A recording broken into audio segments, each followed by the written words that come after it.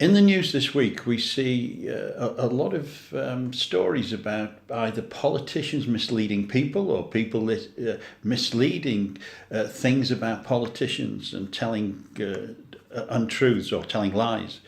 And and these things are being uncovered as the news stories are published, and we see that things will be uncovered. Yeshua said in Luke 8:17, and it's repeated in Mark 4:22, for nothing is hidden that will not be disclosed, nor is anything secret that will not become known and come to light. The first story this week that I saw was the story of Facebook, who says it will continue to host a video of Nancy Pelosi that has been edited to give the impression that Nancy, the Democratic House Speaker in America, is drunk. This is the latest incident highlighting politicians struggle to deal with disinformation about them. And the clip that's shown of Nancy speaking at an event has been manipulated and slowed down to make the person watching the video believe that she's drunk because she's slurring her words, and the clip has been circulating around the world through Facebook, and in fact was actually supported and sent on by former mayor of New York, Rudy Giuliani, who promoted the story, which is terrible, really, because he must have known that it was wrong that Nancy wasn't drunk at this event. Then we have the senior politician in the UK, Boris Johnson, who's to be charged for telling lies over the Brexit campaign.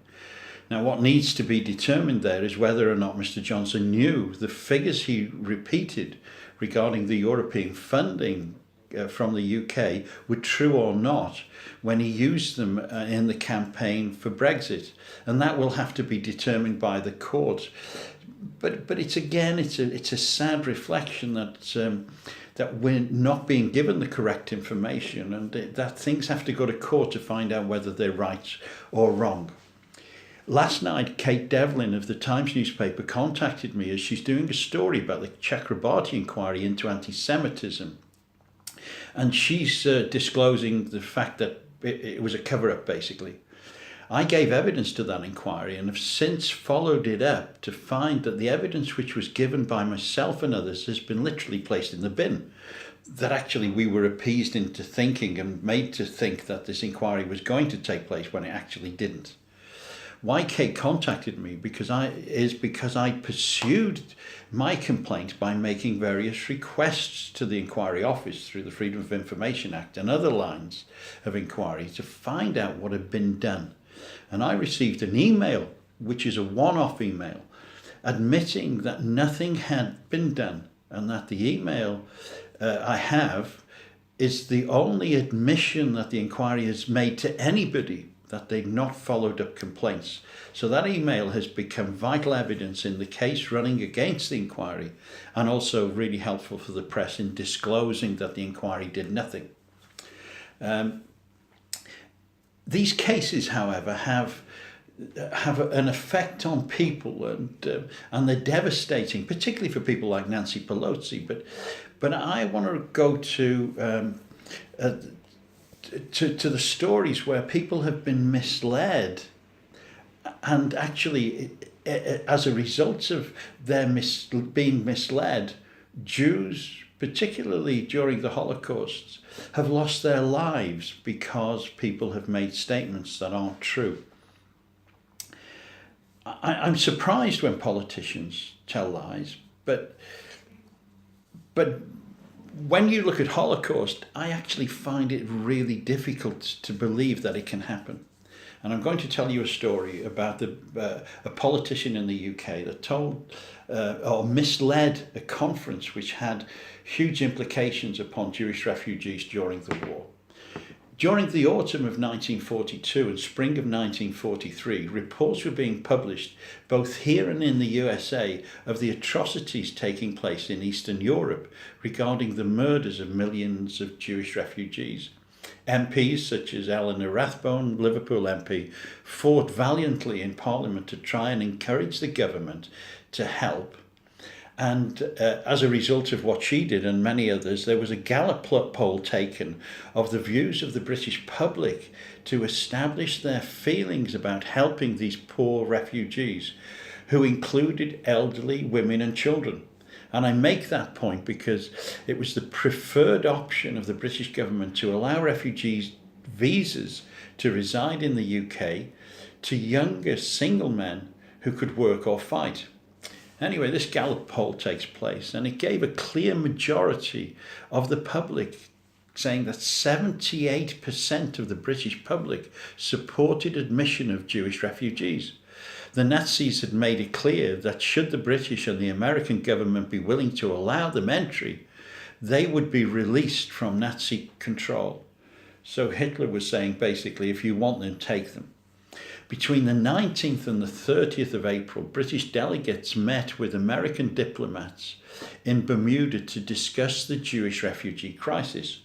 British Home Office Under Secretary of State Viscount Osbert Peake attended the conference and stated, "A vociferous minority in the United Kingdom wished the government to admit thousands of refugees." And then he claimed that the majority of the British people did not want to admit the thousands of refugees wanting to seek refuge in the UK. That clearly was untrue. And he misled that conference. And as a result of that and other things that were said, the refugees were never given permission to come and live in the UK and actually face their death in the camps in Poland. Something could have been done. The Americans were misled, and we failed to respond to the need of the Jewish people in Eastern Europe particularly. Now, I want to move up to date because Ed and Jill and Chris Proudlive, and I mentioned this last week, attended the recent lecture in St. Daniel's Library by Mitrei Rahab. Rahab claims to be a Christian and is well respected among his Arab colleagues and amongst many within the Anglican community and the Lutheran community. Despite this, he speaks in a manner which incites hatred towards Israel. I've just listened to the lecture he conducted 2 weekends ago at St. Daniel's Library in Harden, and his first major point included the statement that the Bible is a product of Palestine. He later in his talk said that the Bible is a product of a land under occupation. He said that he understood the Bible as a text of resistance. He uses in his talk current political terminology such as Israeli occupation, and said that Jesus on the cross took on himself the same experience, the same fate as that of the people of Palestine. And I quote, now, Rahab is a Lutheran theologian and studied in Germany. And what's interesting is that was the home of Walter Grundmann, a leader Christian theologian in the German Christian Party, which was part of the Lutheran movement in Germany during the years of the Holocaust. Grundmann, an anti-Semite, incited hatred towards Jews, and he led a movement calling for the elimination of Jews and Judaism from within the church. He claimed, like Rahab, that Jesus was a Palestinian, and in fact Grundmann went further to claiming that he was an Aryan having come from Galilee. Rahab uses similar terminology to Grundmann and argues from a completely replacement theological viewpoint, as did Grundmann. And he misled the German people, Grundmann and others like Walter Kittel. And it's clear that Rahab is misleading the people that he's speaking to. And Jill and Ed made it clear that they were kind of senior, the people at this meeting in Harden were senior Anglicans and people of position. So he's misleading those. I would argue from my study of Grundmann's life that a man who had studied scripture for so many years must know the importance of Israel and that Yeshua and Paul were Torah-keeping Jews. And he must have had a complete understanding of the inheritance of the land of Israel as taught by the prophets. I would argue that Mitrei Rahab must, with his teaching and his scholarly position, must know the same thing. So what can we conclude? That Rahab is knowingly misleading people on his travels throughout Europe and throughout the world about the nation of Israel. Now, Rahab seems to be one of those elite group of Christian theologians in Bethlehem who don't become persecuted in the same way as other Christians in Bethlehem. He seems to have a special position amongst the the Palestinian Authority leadership. He doesn't seem to be persecuted in the way that many other Christians are. Now, what can we conclude about this? That actually Rahab is misleading people, but eventually things will come into the light, as they will with Nazi Polisi. She was clearly not drunk, and now reports are coming out to say that the video was manipulated, and it's the same with the Bermuda Conference and Osbert Peak. Now we're finding evidence that about this Gallup poll where clearly the British public wanted to help the Jewish people in Eastern Europe, and things do come to the light eventually. But Yeshua says this, he says it through Isaiah 9 verse 2. He says, "The people who walked in darkness have seen a great light. Those who lived in a land of deep darkness, on them a light has shined." Now, it's strange. Once you find salvation in Yeshua, the light of the spiritual world comes in, and the deception of the enemy has less infiltration in your life.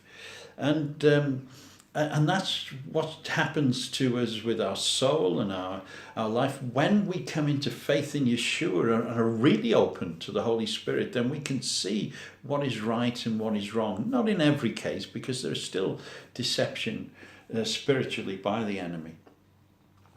But the point that I want to make at the end is that actually we have a duty to be truthful witnesses. And we don't have to be like the politicians, and we don't have to promote fake news. We don't have to promote the things that are wrong. Once we know something is wrong, we have to disclose it and follow what is right. And it's the same with Sabbath and all the feasts. Once we know, we have a duty to follow the truth. And Proverbs 14:25, written by Solomon, this great wise man who also went into darkness but actually saw the light at the end, says a truthful witness, and this is Proverbs 14:25, a truthful witness saves lives, but one who utters lies is a betrayer. I would say that we have betrayers in every walk in life, whether it's politics, whether it's in the church, whatever position people hold, whether it's like the case with Nancy, where people have actually promoted this video to try and make her out to be a drunk, and that's terribly wrong, and that's betraying the truth. In terms of saving lives, we see that Peak had an opportunity to save lives. So did the British government and the American government, and they didn't. So I think it's important that with regard to Mitri Rahab's situation, his words about Israel incite hatred. And he's not looking to save lives, as he would claim, Palestinian Arab lives, but actually is looking to incite hatred against Israel, which could affect the Jewish community in our own country when they hear such things from Rahab and are incited to hate and to teach hatred towards God's chosen people. So there's a lot in what I've said today, but actually it's what God says. And I'm going to repeat that again in Proverbs 14:25. A truthful witness saves lives. Let us be lifesavers. Shabbat Shalom, Mike Fryer.